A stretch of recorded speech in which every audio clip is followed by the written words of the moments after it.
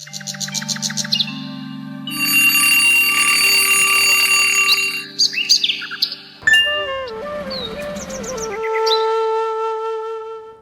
Morning, मैं हूं मीनू शर्मा और आप देख रहे हैं पर्सनल फाइनेंस खबरों का बुलेटिन मनी मॉर्निंग।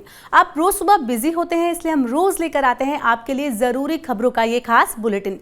तो चलिए फटाफट शुरू करते हैं आज का खबरों का सफर। अब जोखिम के आधार पर होगी केवाईसी। सरकार जोखिम आधारित नजरिए को अपनाकर केवाईसी प्रक्रिया को अपनाएगी और बनाएगी सरल। अभी केवाईसी के लिए लागू है यूनिवर्सल व्यवस्था। डिजी लॉकर और आधार का मूलभूत पहचान के रूप में किया जाएगा इस्तेमाल। महिला और वरिष्ठ नागरिकों के लिए बजट में हुआ बड़ा ऐलान। महिलाओं के लिए आएगी नई लघु बचत योजना, मिलेगी 2 लाख रुपए तक की राशि जमा करने की सुविधा।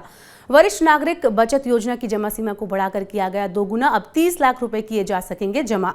मासिक आय खाता योजना को भी बढ़ाकर 9 लाख रुपए किया गया। मध्य वर्ग और नौकरी पेशा लोगों को मिली थोड़ी राहत। नई कर व्यवस्था के तहत 7 लाख रुपए की आय पर अब नहीं लगेगा कोई भी टैक्स। पहली बार नई कर व्यवस्था के तहत मानक कटौती का लाभ दिया जाएगा। अभी तक केवल पुरानी कर व्यवस्था में ही मिलता था 50,000 रुपए की मानक कटौती का लाभ। नई कर व्यवस्था में आयकर स्लैब के तहत 3 लाख रुपए की आय पर नहीं देना होगा टैक्स।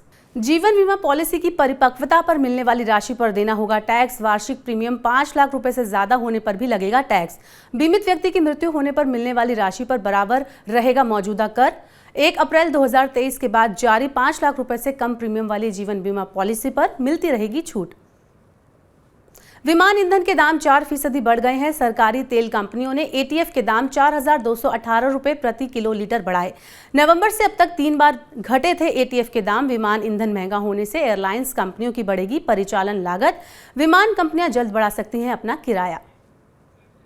एफपीओ बंद होते ही अडानी समूह को लगा बड़ा झटका। क्रेडिट स्विस ने लोन देने के लिए अडानी ग्रुप के बॉन्ड को गारंटी के रूप में लेने से किया इनकार। बुधवार को अडानी समूह की सभी लिस्टेड कंपनियों के शेयरों में आई बड़ी गिरावट।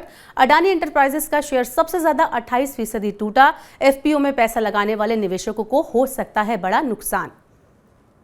औद्योगिक श्रमिकों के लिए खुदरा महंगाई दर दिसंबर में मामूली रूप से बढ़कर हुई 5.5%। इससे पहले नवंबर में ये थी 5.41%। कुछ खाद्य सामग्रियों की कीमत बढ़ने से बढ़ी है मांग। खाने पीने के सामान के दाम बढ़ने से औद्योगिक श्रमिकों के लिए सीपीआई में हुई बढ़ोतरी।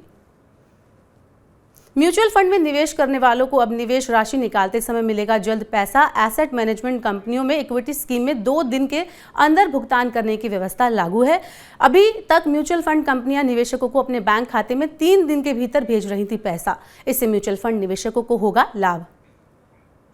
इलेक्ट्रिक वाहन खरीदना होगा सस्ता। वित्त मंत्री निर्मला सीतारमण ने इलेक्ट्रिक वाहनों में इस्तेमाल होने वाली लिथियम आयन बैटरियों पर सीमा शुल्क को घटाकर 13% करने का किया ऐलान। 1 अप्रैल से सिगरेट पीना पड़ेगा महंगा। बजट में सिगरेट पर शुल्क बढ़ाकर 16% किया। सीमा शुल्क में राहत मिलने से मोबाइल, टीवी, खिलौने, साइकिल और ऑटोमोबाइल्स भी होंगे सस्ते। जनवरी में जीएसटी कलेक्शन बढ़कर 1.55 लाख करोड़ रुपए हुआ। ये अब तक का दूसरा सबसे बड़ा संग्रह है। तीसरी बार चालू वित्त वर्ष में जीएसटी कलेक्शन ने किया 1.50 लाख करोड़ रुपए का आंकड़ा पार। अनुपालन में सुधार होने से बढ़ रही है सरकार की कमाई। सरकार बुनियादी ढांचा विकास पर बढ़ाएगी अपना खर्च। वित्त वर्ष 2023-24 में पूंजीगत व्यय 33% बढ़ाकर किया जाएगा 10 लाख करोड़ रुपए। इंफ्रास्ट्रक्चर पर ज्यादा पैसे खर्च करने से आर्थिक गतिविधियों में आएगी तेजी। सोना पहुंचा 58,000 रुपए के करीब। वैश्विक बाजारों में तेजी आने से सोने का भाव 1,090 रुपए बढ़कर हुआ 57,942 रुपए प्रति 10 ग्राम। चांदी भी 1,947 रुपए उछलकर हुई 69,897 रुपए प्रति किलोग्राम। विदेशी बाजारों में सोना मजबूत होकर $1,923 प्रति औंस पर पहुंचा। सरकार 38,800 शिक्षकों की करेगी भर्ती। एकलव्य मॉडल आवासीय स्कूलों के लिए होगी ये भर्ती। बच्चों और किशोरों के लिए किया जाएगा एक राष्ट्रीय डिजिटल पुस्तकालय स्थापित। सरकारी नौकरी के लिए तैयारी करने वालों के लिए है ये अच्छी खबर।